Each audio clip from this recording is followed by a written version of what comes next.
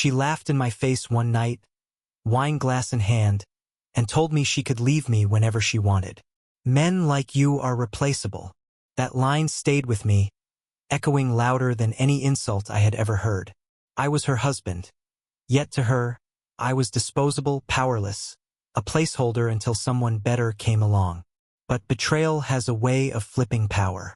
She thought she held all the cards, but she didn't know I was about to rewrite the rules. She bragged she could dump me anytime, so I locked her out of her own kingdom and taught her a lesson she'd never forget. When I married Emily, I thought I had found my forever. She was radiant, with a charisma that could draw people in without effort. At first, I admired her confidence. She carried herself like a woman who knew her worth. But with time, that confidence sharpened into arrogance, and her sense of self-worth became a weapon. I was the steady one, working, paying bills, keeping the house in order. She thrived in the spotlight, drifting from one social event to another, collecting admirers like trinkets. At first, I convinced myself that opposites attract, that her fire balanced my calm. But soon I realized I wasn't her equal in her eyes. I was her audience, her provider, her safety net. Started small, teasing remarks in front of friends, jokes that made me the punchline. Then came the dismissive gestures when I spoke, as if my words were interruptions. Over time, the laughter at my expense became her favorite soundtrack. One night, at a dinner with mutual friends, she leaned back in her chair, eyes sparkling, and said, "I can dump him any time. He's lucky I even put up with him." She said it with such ease, such cold certainty, that it silenced the table. The others laughed nervously, but I felt something inside me collapse. My wife, my partner, saw me not as a man she loved, but as an object she tolerated. At home, the arrogance deepened. She came in late, smelling of perfume I didn't recognize, her phone buzzing with names I'd never heard. When I asked, she brushed me off, accusing me of being insecure, needy, unmanly. Still, I stayed. I told myself marriage was work, that patience was strength. But patience without respect is just humiliation. And every day, I lost more of myself in the shadows of her superiority.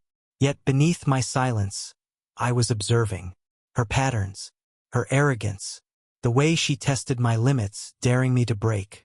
And I began to wonder, what if I stopped being her safety net? What if I pulled the ground out from under her? The signs of betrayal became impossible to ignore. She was too bold to even hide it anymore. Late-night business dinners that stretched past midnight. Half-whispered phone calls ending with laughter. A new wardrobe that wasn't for me. But what hurt the most wasn't just the cheating. It was the gloating. She began throwing it in my face without naming it outright. Men would line up for me if I were single, she'd brag, swirling her wine. I don't need you. You need me. Every word was a needle, but I stopped showing pain. I learned to wear indifference like armor. She thought I was weak, that my silence meant surrender. But in truth, I was gathering strength. I started preparing quietly. I met with a locksmith. I separated finances. I memorized her schedule. Every arrogant laugh of hers fueled my resolve. She believed she held all the power in our marriage, but she was standing on ground that I was quietly dismantling. The turning point came when she arrived home one morning at 3 a.m. Still in yesterday's clothes, eyes glazed with satisfaction she didn't bother hiding. She tossed her keys on the counter, smirked at me and said, "If you're unhappy, leave, because I never begged you to stay."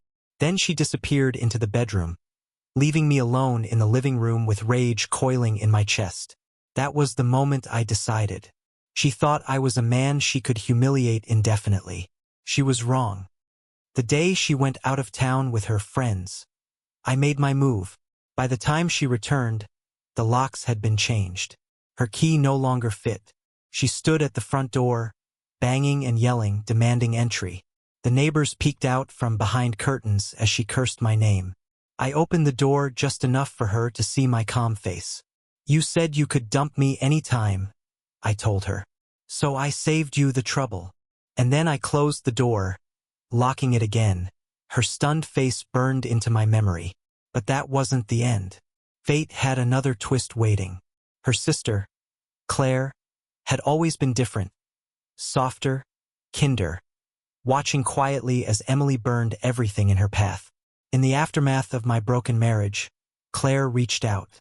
At first, it was sympathy, checking on me, listening as I poured out years of humiliation. But sympathy turned into something else, something real. For the first time in years, I felt seen, respected, desired. And slowly, what began as late-night conversations turned into something deeper. When Emily discovered it, her arrogance shattered. She stormed to my door again, screaming betrayal. The irony was almost poetic. She, who had bragged about discarding me, now faced the humiliation of being replaced. Not by just anyone, but by her own sister. Her face that day told me everything. Betrayal tastes bitterest when it's served to the one who thought themselves untouchable. Life after Emily wasn't about revenge. It was about reclaiming myself. But I won't lie. There was satisfaction in watching the arrogance crumble, in seeing the woman who treated me as disposable realize she was the one left behind. Dating Claire wasn't a calculated move for payback. It just happened, two people drawn together by the wreckage Emily left. And in that bond, I discovered what respect and love were supposed to feel like. No mockery, no arrogance, just partnership. Emily, meanwhile, became a cautionary tale in our circle. The woman who once bragged she could dump me anytime now carried the stigma of being outplayed, outsmarted, and overshadowed by her own sister. But beyond the drama, there was a lesson I carried forward. Love without respect is poison. Arrogance in a relationship doesn't just wound. It corrodes, until there's nothing left worth saving. So I'll leave you with this. When someone treats you as disposable, do you cling tighter, hoping they'll change? Or do you walk away and reclaim your worth, even if it means rewriting the rules in a way they never expected? Sometimes the sweetest revenge isn't cruelty. It's dignity, and the power to finally live without the chains of someone else's arrogance.